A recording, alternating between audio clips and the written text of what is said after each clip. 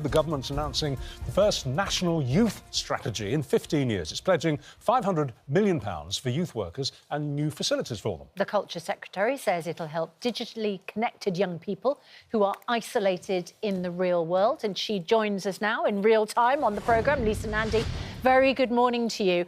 It's a good morning to talk to you because, of course, we know that Australia has brought in today its ban on under-16s accessing social media. Could we introduce such a ban here? Would that help in your efforts to tackle isolation, or would it make youngsters more socially isolated? What do you think as Culture Secretary? Well, we're following what's happening in Australia very closely, and to answer your question directly, we could, but the key question is, would it help? And that's what we've been considering through this most comprehensive conversation that government has ever had with young people over the last year. We've been talking to more than 14,000 young people across the country.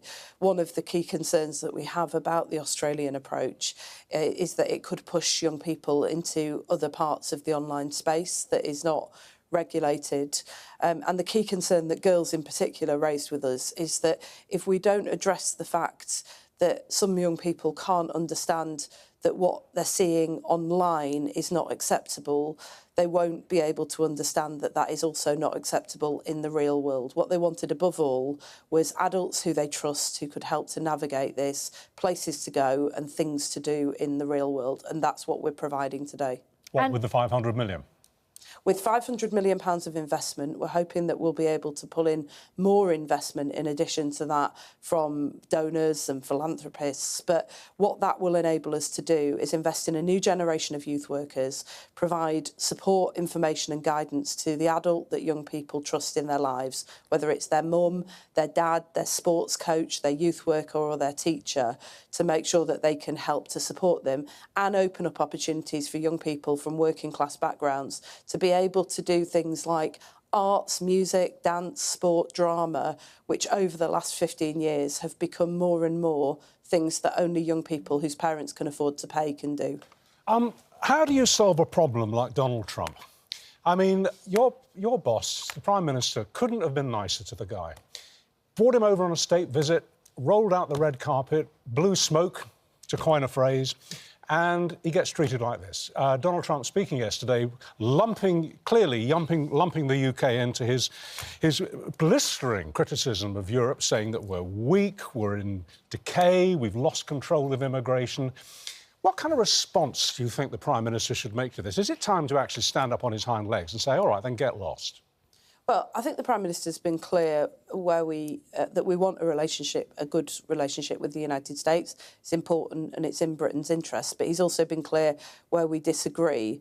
And I don't accept that characterisation of the UK. I'm really proud of this country, but I do think that the President is right to say, as we have acknowledged and are confronting, that we have had a long-standing problem with the previous government who lost control of our borders. People don't trust their immigration system and they need to see concrete action. That's why the Deputy Prime Minister is in Strasbourg today, urging European leaders to work with us to make changes to the human rights framework to make sure that we protect people who need the protection, but that they can't game the system. Is he right to say that the Labour London mayor is a horrible man? No, he's not right to say that. I think Sadiq Khan is doing a really incredible job in London. He's a friend of mine. And when it comes to issues that we've just been discussing, like the real challenge facing young people, the most connected generation in history and the most isolated at the same time, the work that Sadiq Khan's been doing in London to bring together all of the people who are meant to support young people in order to protect them and support them is something that we've been learning from as a government. So you can say that to us. You can say that to us here in the UK, people watching. But when is somebody in the government going to say all this to Donald Trump in words of one syllable?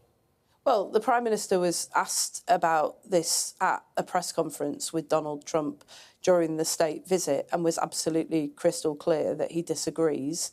He was very clear that Sadiq Khan is a friend of his and he thinks he's doing a fantastic job. We're not shy of saying what we think. We're elected by the people of the United Kingdom and we respect the right of the President to take a view, but he respects our right to strongly disagree, and on this issue we strongly disagree. Yeah, what's the London mayor got to do with the American president? Well, look, I think these are questions for the President, not for me. But from the government's point of view, the Mayor of London is doing a really good job. I bet you can't wait for Donald Trump's term of office to come to an end. Well, actually, I'm much more focused on something that I've been passionate about for over 20 years, which is the life chances and opportunities for 8 million young people growing up in England at the moment. And I want to make sure that we deliver on the promise that I made to them a year ago. The first national strategy this country's had since before the iPhone was invented. We're going to grip these challenges and we're going to help them live the lives that they want to live. All right, Lisa Nandy, Culture Secretary, thank you very much indeed for joining us this morning.